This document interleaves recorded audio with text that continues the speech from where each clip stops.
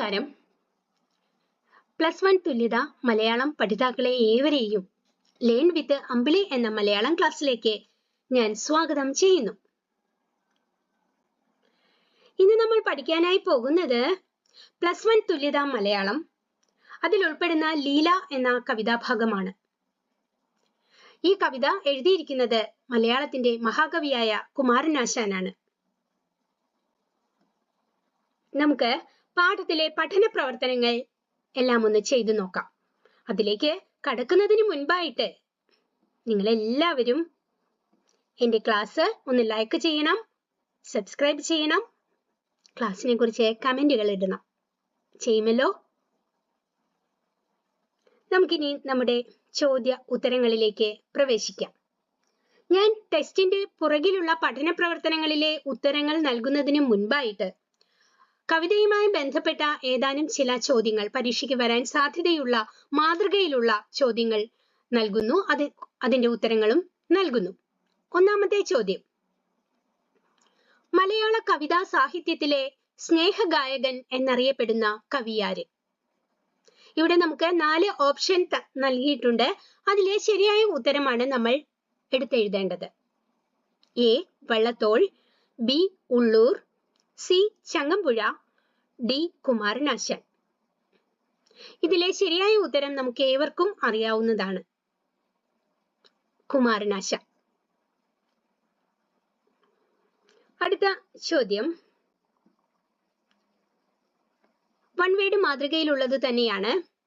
കവിതയിലെ ഒരു വരി: അവന് തനയയായി ജനിച്ചുപോൽ അവികല മാനുഷ രൂപമാധുരി. അവന്, ഇവിടെ അവൻ എന്ന് പറയുന്നത് ലീലയുടെ പിതാവാണ്. അദ്ദേഹത്തിന്റെ നാമധേയം എന്ത് എന്നാണ് ചോദ്യം. പേരെന്ത് എന്നാണ് ചോദ്യം. ഉത്തരം അർത്ഥപാലൻ. അടുത്ത ചോദ്യം: ഉദയപുരം അതിനുപാന്തമായി അടിവരയിട്ട പദത്തിന്റെ അർത്ഥമെന്ത്? അടിവരയിട്ടിരിക്കുന്ന പദം ഏതാണെന്നൊന്ന് നോക്കൂ. ഉപാന്തം. ഇവിടെ 4 ഓപ്ഷൻ നൽകിയിട്ടുണ്ട്. എ അകലെയുള്ളത്, ബി അടുത്തുള്ളത്, സി വളരെയധികം, ഡി വീട്ടുമുറ്റം. നമ്മൾ ഉത്തരം അതിൽ നിന്ന് തെരഞ്ഞെടുത്തെഴുതുക. ഈ മാതൃകയിലായിരിക്കും ഇത്തരത്തിലുള്ള ചോദ്യം നിങ്ങൾക്ക് വരിക. ഉത്തരം തെരഞ്ഞെടുത്ത് എഴുതിയാൽ മതിയാകും. ഇവിടെ നിങ്ങൾ ഏതുത്തരമാണ് എടുത്തെഴുതാൻ പോകുന്നത്? ഓപ്ഷനുകളെല്ലാം ഒന്ന് നോക്കുക. അതെ, നിങ്ങൾ തെരഞ്ഞെടുത്തെഴുതിയ ഉത്തരം ഏതാണെന്ന് ഞാൻ പറയട്ടെ. അടുത്തുള്ളത്. ശരിയല്ലേ? അതെ. ഇനി നമുക്ക് അടുത്ത ചോദ്യത്തിലേക്ക് പോകാം. വൺ വേർഡ് മാതൃകയിലുള്ള മറ്റൊരു ചോദ്യം: അവരുടെ കുലനാഥനുണ്ടൊരാൾ അവനിയിൽ വിസ്തൃതൻ അർത്ഥപാലകൻ. ഇവിടെയും അടിവരയിട്ട പദം നമ്മളോട് എന്ത് ചെയ്യാൻ ആവശ്യപ്പെട്ടിരിക്കുന്നു? വിഗ്രഹിച്ചെഴുതാൻ ആവശ്യപ്പെട്ടിരിക്കുന്നു. വിഗ്രഹിച്ചെഴുതുക. ഇത് പരീക്ഷയ്ക്ക് ഈ മാതൃക വരാവുന്നതാണ് എന്നല്ല, വരാറുള്ളതാണ്. കുലനാഥൻ എന്ന വാക്കിന്റെ അടിയിലാണ് വരച്ചിരിക്കുന്നത്. അതിനെ വിഗ്രഹിച്ചെഴുതുമ്പോൾ കുലത്തിന്റെ നാഥൻ എന്നാണ് ചെയ്യുന്നത്. കുലത്തിന്റെ നാഥൻ. അടുത്ത ചോദ്യം: വസു എന്ന പദത്തിന് സമാനമായ പദമേത്? വസു നമ്മുടെ കവിതയിലുള്ള ഒരു വാക്കാണ്. അതിന്റെ സമാനം എന്ന് വെച്ചാൽ അതേ അർത്ഥം വരുന്ന മറ്റൊരു പദം. 4 ഓപ്ഷൻ ഉണ്ട്. എ ധനം, ബി ജീവൻ, സി വീട്, ഡി ഭൂമി. ഉത്തരം ഏതാണ്? നിങ്ങൾക്കറിയാം. നിങ്ങൾ ഏതുത്തരമാണ് ഇതിൽ എടുത്തെഴുതുക? ജീവൻ. ജീവൻ ആണോ ഉത്തരം? അല്ല, ഉത്തരം എ ധനം. അടുത്ത ചോദ്യം: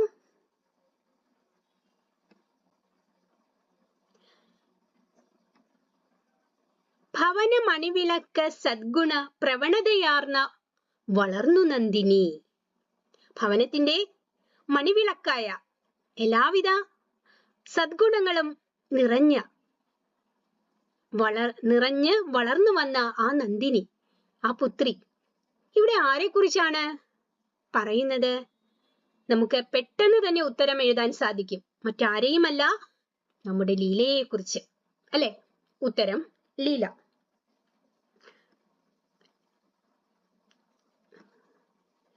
ഇനി നമുക്ക് അര പേജിൽ എഴുതാൻ ഉള്ള ഒരു ചോദ്യം ഒന്ന് നോക്കാം.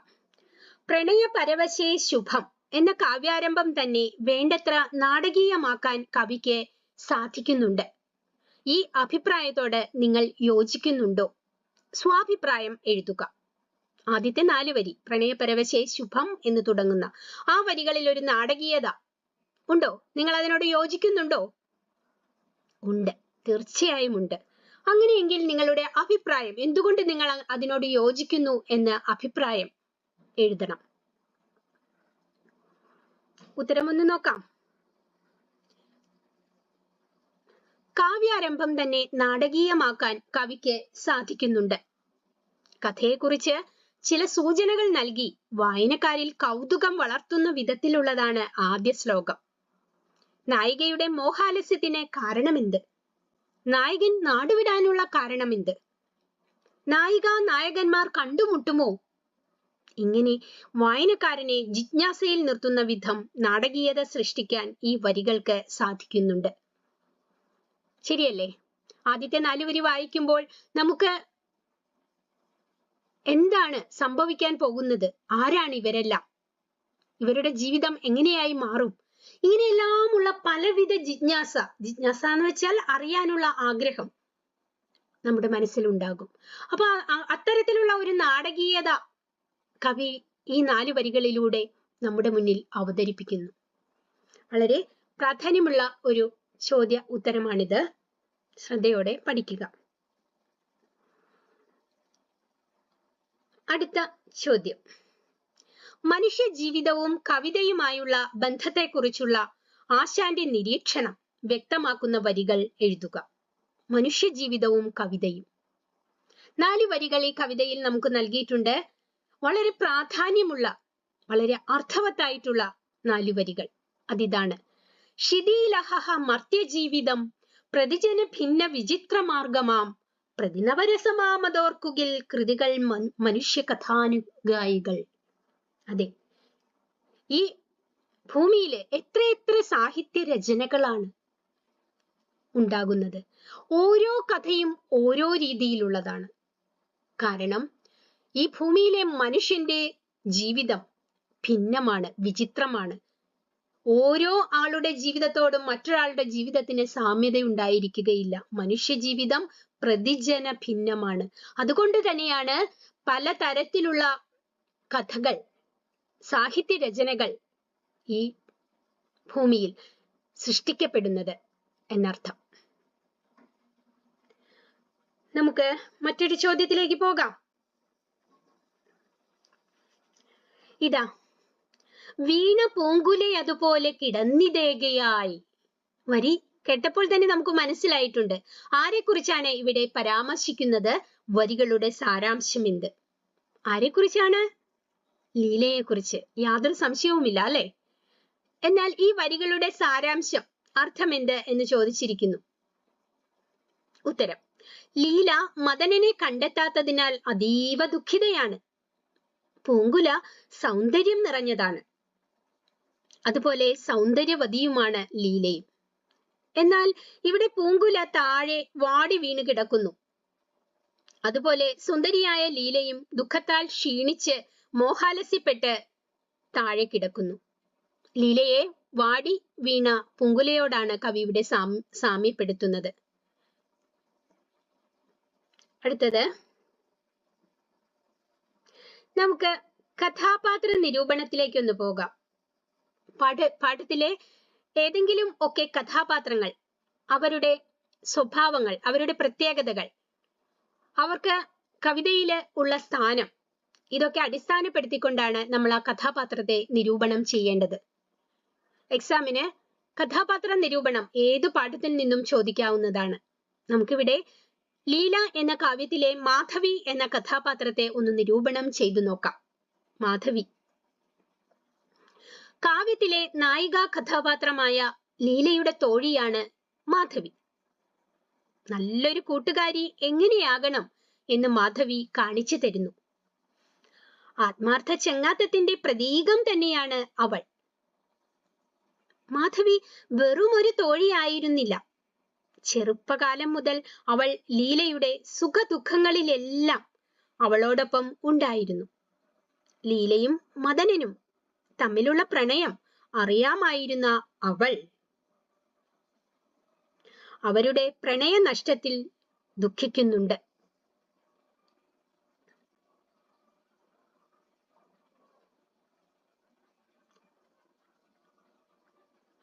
ഭർത്താവിന്റെ മരണശേഷം തിരികെ എത്തുന്ന ലീല ചിത്തഭ്രമം ബാധിച്ച് നാടുവിട്ടുപോയ മദനനെ അന്വേഷിച്ചലയുമ്പോൾ മാധവി എല്ലായ്പ്പോഴും ലീലയോടൊപ്പം ഉണ്ടായിരുന്നു. ലീലയെ പോലെ മദനനെ കണ്ടെത്തുന്നതിന് അവൾ ആത്മാർത്ഥതയോടെ പ്രയത്നിക്കുന്നുണ്ട്. കാപട്യമില്ലാത്ത സ്നേഹവും ആത്മാർത്ഥതയും ത്യാഗ മനോഭാവവുമുള്ള സഖിയായിരുന്നു മാധവി.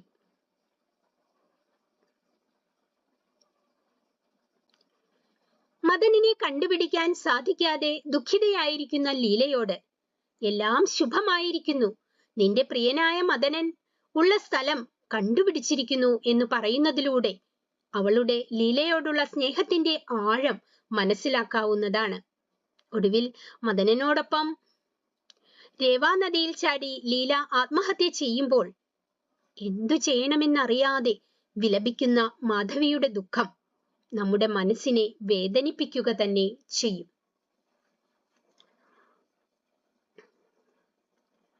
ഇനി നമുക്ക് മറ്റൊരു കഥാപാത്രത്തെ ഒന്ന് നിരൂപണം ചെയ്യാം. അർത്ഥപാലൻ. കാവ്യത്തിലെ കേന്ദ്ര കഥാപാത്രമായ ലീലയുടെ പിതാവാണ് അർത്ഥപാലൻ. ഉദയപുരിയിലെ കച്ചവട സംഘങ്ങളുടെ തലവനായിരുന്നു അയാൾ. ധനികനും പ്രതാപിയുമായ അർത്ഥപാലൻ ലീലയെ അതിരറ്റ് സ്നേഹിച്ചിരുന്നു. സുന്ദരിയായ മകളെ ഉത്തമരായ ഗുരുവര്യന്മാരെ നിയോഗിച്ച് എല്ലാ കലകളിലും പ്രാവീണ്യമുള്ളവളാക്കി. മകൾ അതിസുന്ദരിയായി കാണാൻ അയാൾ വിലപിടിച്ച അനേകം ആഭരണങ്ങൾ കൊണ്ട് അവളെ അലങ്കരിച്ചിരുന്നു.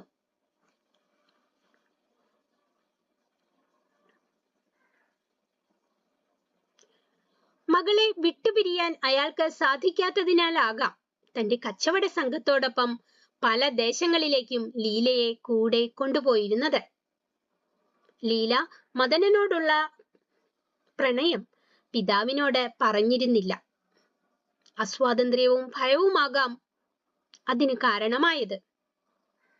എന്നാൽ മകളോട് അതിരറ്റ് സ്നേഹമുള്ള അയാൾ ഒരുപക്ഷെ ആ പ്രണയം അറിഞ്ഞിരുന്നു എങ്കിൽ മകളുടെ ആഗ്രഹം നടത്തി കൊടുക്കുമായിരുന്നു എന്ന് നമുക്ക് ചിന്തിക്കാം. ഇതൊന്നും അറിയാത്ത അയാൾ മകളെ ഉത്തമനായ ഒരാൾക്ക് വിവാഹം ചെയ്തു കൊടുത്തു. മകളുടെ ഭാവി ജീവിതം ഐശ്വര്യം നിറഞ്ഞതാകണമെന്ന ആഗ്രഹമുള്ള ഒരു പിതാവിനെയാണ് അർത്ഥപാലനിൽ നാം കാണുന്നത്. അയാൾ ഒരു ധനമോഹിയാണെന്ന് പറയാം. കാരണം അയാൾ മകളെയും ധനത്തെയും ജീവനെ പോലെ സ്നേഹിച്ചിരുന്നു എന്ന് കവിതയിൽ പരാമർശിക്കുന്നുണ്ട്.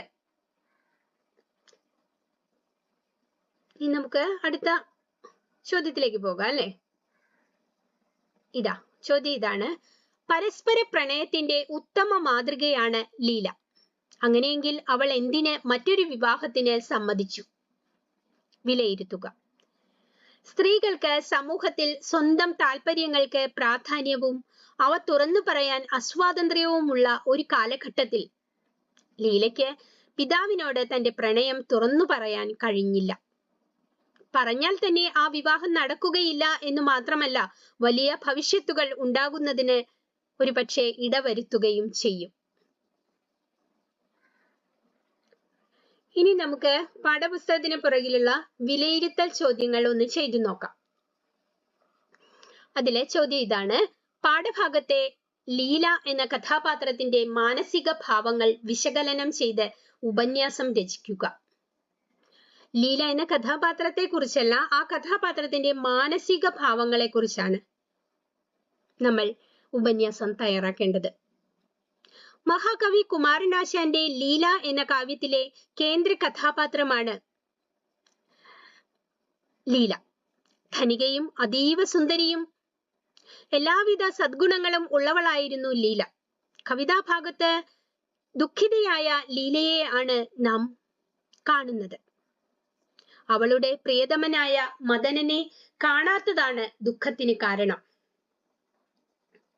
ബോധമനസ്സ് നഷ്ടപ്പെട്ട ലീല ഒരു മോഹാലസ്യത്തിലാണ് എപ്പോഴും.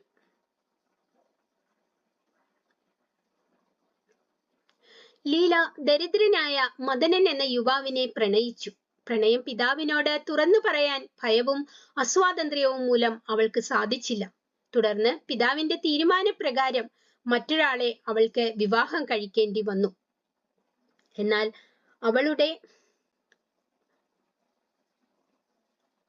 മനസ്സിൽ മദനനോടുള്ള സ്നേഹം നഷ്ടപ്പെടുന്നില്ല. മദനനെ കുറിച്ചോർത്ത് എല്ലായ്പ്പോഴും ദുഃഖിക്കുകയാണ് അവൾ. ഭർത്താവിന്റെ മരണത്തെ തുടർന്ന് അവൾ മദനനെ അന്വേഷിച്ചെങ്കിലും ലീലയുടെ വിവാഹാനന്തരം ചിത്തഭ്രമം പിടിപെട്ട് അയാൾ നാടുവിട്ടുപോയി എന്നാണ് അവൾ അറിഞ്ഞത്. തുടർന്ന് ലീല മദനനെ കണ്ടെത്താൻ ശ്രമിക്കുന്നു. തോഴി മാധവിയോടൊപ്പം കൊടും വനാന്തരത്തിൽ അലയുന്ന ലീലയുടെ ദയനീയ അവസ്ഥ നമ്മെ വേദനിപ്പിക്കും.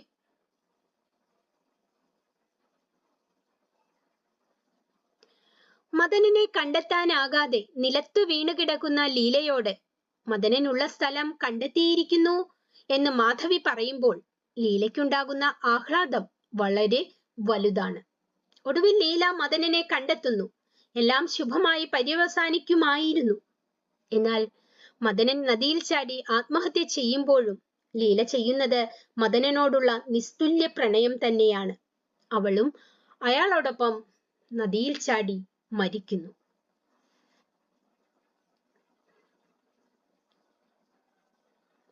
അടുത്ത ചോദ്യം, ആശാൻ കവിതകളുടെ പ്രത്യേകതകൾ.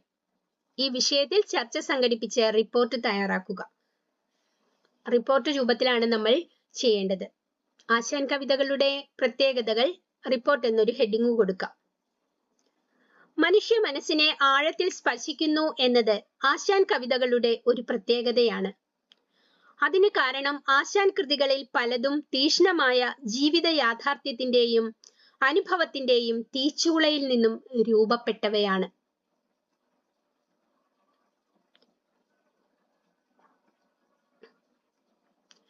സാമൂഹികാവബോധവും വിശ്വസ്നേഹവുമാണ് ആശാൻ കവിതകളുടെ മറ്റൊരു പ്രത്യേകത. സ്നേഹമാണ് കവിതകളുടെ അടിസ്ഥാന ഭാവം. തത്വചിന്ത, പൂർണ്ണത, അഗാധത ഇവയെല്ലാം എഴുത്തച്ഛന് ശേഷം ചേർന്നു വരുന്നത് ആശാൻ കവിതയിലാണ്. കാൽപ്പനിക കവിതാരീതിയിൽ മനുഷ്യ ജീവിതത്തിന്റെ വ്യത്യസ്ത അവസ്ഥകൾ ആശാൻ കവിതയിൽ ആവിഷ്കരിച്ചു. ആശാന്റെ കഥാപാത്രങ്ങളിൽ പലരും സ്നേഹത്തിന്റെ വ്യത്യസ്തമായ പ്രതിരൂപങ്ങളാണ്.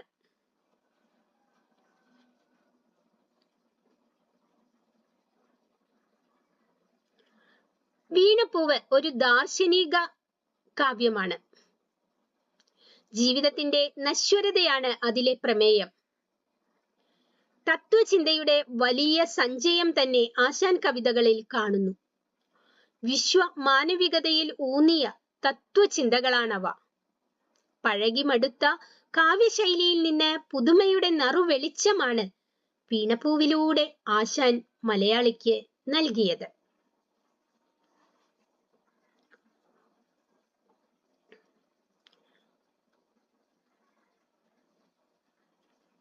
ആശാൻ കവിതയുടെ മറ്റൊരു പ്രത്യേകതയാണ് സ്വാതന്ത്ര്യബോധം. പാരതന്ത്ര്യത്തിന്റെ പർവ്വതക്കെട്ടിൽ നിന്നും സാധാരണക്കാരായ ആളുകളെ മോചിപ്പിച്ച് സ്വാതന്ത്ര്യത്തിന്റെയും സമത്വത്തിന്റെയും പാതകളിലേക്ക് എത്തിക്കാൻ അദ്ദേഹം തന്റെ കാവ്യരചനകളിലൂടെ പ്രവർത്തിച്ചു.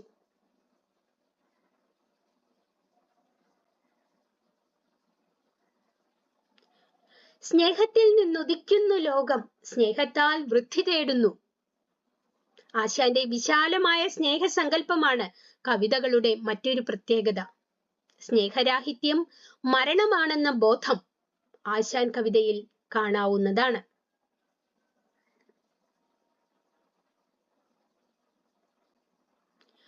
യുവജന ഹൃദയം സ്വതന്ത്രമാണ് അവരുടെ കാവ്യ പരിഗ്രഹേച്ഛയിൽ എന്ന വരികളിൽ പ്രായപൂർത്തിയായ ഏതൊരാൾക്കും ഒരുമിച്ച് ജീവിക്കുന്നതിന് സ്വാതന്ത്ര്യമുണ്ടെന്ന് കവി പറയുന്നു. ആശാൻ കവിതകളിൽ സ്ത്രീ സ്വാതന്ത്ര്യത്തിന് വലിയ സ്ഥാനമുണ്ട്. ചിന്താവിഷ്ടയായ സീതയിൽ ഇന്ത്യൻ സ്വതന്ത്ര സ്ത്രീത്വത്തിന്റെ പ്രതീകമാണ് സീത. ജാതി വ്യവസ്ഥയ്ക്കെതിരെ ആശാൻ തൂലിക ചലിപ്പിച്ചു.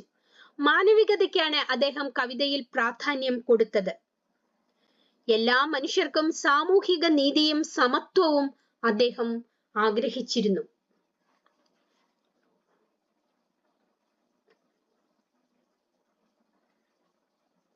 അദ്ദേഹം പറയുന്നു, നരൻ അശുദ്ധ വസ്തുവാണു പോലും, ധരയിൽ നടപ്പത് തീണ്ടലാണു പോലും, നരകം ഇവിടമാണ് ഹന്ത കഷ്ടം, ഹര ഹര ഇങ്ങനെ വല്ല നാടുമുണ്ടോ.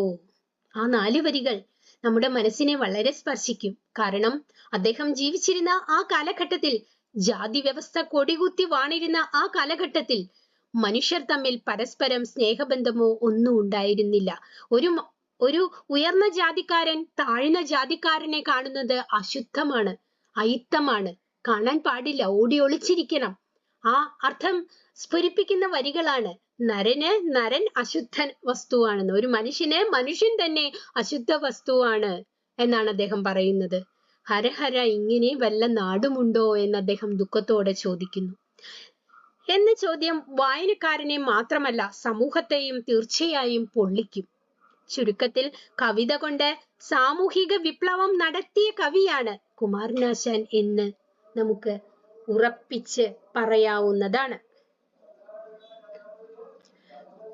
ഇനി നമുക്ക് പാഠപുസ്തകത്തിലെ തുടർ പ്രവർത്തനങ്ങൾ എന്ന വിഭാഗത്തിൽ ഒരു ചോദ്യം തന്നിട്ടുണ്ട്.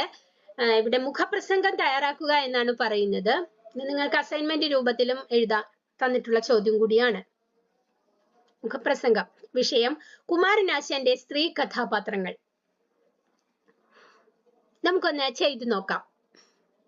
കുമാരനാശാന്റെ കവിതകളിലെ സ്ത്രീ കഥാപാത്രങ്ങൾ അവരുടെ വ്യക്തിത്വത്തിനാൽ പ്രസിദ്ധി നേടിയവരാണ്. ആശാന്റെ സ്ത്രീ കഥാപാത്രങ്ങൾ സ്നേഹമയികളാണെങ്കിലും അവർ തന്റെ ഇടം കാണിക്കുന്നുണ്ട്. ലീല എന്ന കാവ്യത്തിൽ ലീല പാരമ്പര്യത്തിനെ എതിർക്കുന്നുണ്ട്. ചിന്താവിഷ്ടയായ സീതയിൽ കരുത്തും ആത്മാഭിമാനവുമുള്ള സീതയെയാണ് നമ്മൾ കാണുന്നത്. രാമനെ എല്ലായ്പ്പോഴും അനുസരിച്ച സീത രാമനെ വിമർശിക്കുന്നത് കാണാം. കവി ത്യാഗിനിയായ സീതയെ അഭിമാനമുള്ള സ്ത്രീയാക്കി അവതരിപ്പിക്കുന്നു. സ്ത്രീയുടെ അസ്വാതന്ത്ര്യത്തിനെതിരെ ചിന്താവിഷ്ടയായ സീത ശബ്ദമുയർത്തുന്നു. സ്ത്രീക്ക് അഭിപ്രായ സ്വാതന്ത്ര്യം നിഷേധിച്ചിരുന്ന കാലത്താണ് രാമനോട് സീത കാര്യങ്ങൾ തുറന്നു ചോദിക്കുന്നത്. നീതി നിഷേധിക്കപ്പെട്ട സ്ത്രീകളുടെ പ്രതീകമാണ് ചിന്താവിഷ്ടയായ സീതയിലെ ആശാന്റെ സീത.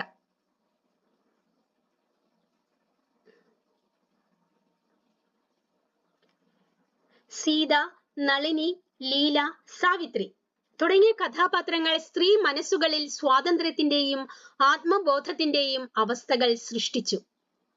നളിനി അവതരിപ്പിക്കുന്ന നവോത്ഥാന മൂല്യം സ്ത്രീയുടെ സ്വാതന്ത്ര്യ പ്രഖ്യാപനമാണ്.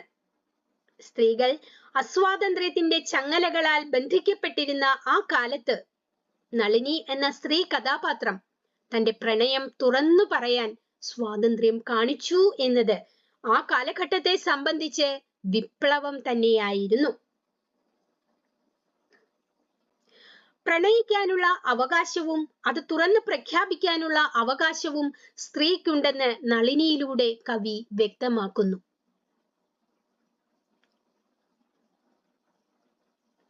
മലബാർ കലാപകാലത്ത് കലാപകാരികൾ സ്വന്തം ഇല്ലം ചുട്ടുകരിച്ചപ്പോൾ ചാത്തൻ എന്ന പുലയന്റെ കുടിലിൽ അഭയം തേടുന്ന സാവിത്രി അന്തർജനം തന്റെ ജീവിതത്തെ ഭദ്രമാക്കുന്നതിനായി നടത്തുന്ന ജീവിത പരിവർത്തനത്തിന്റെ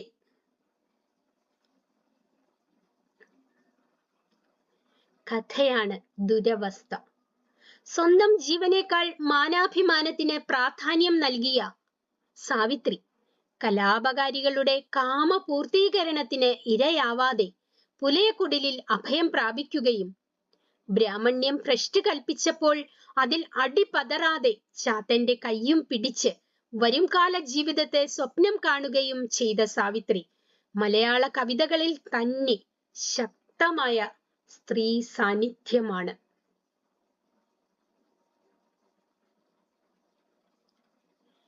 വിധി തല്ലിത്തകർത്ത ലീലയുടെ ദുരന്ത ജീവിതമാണ് ലീലാകാവ്യം.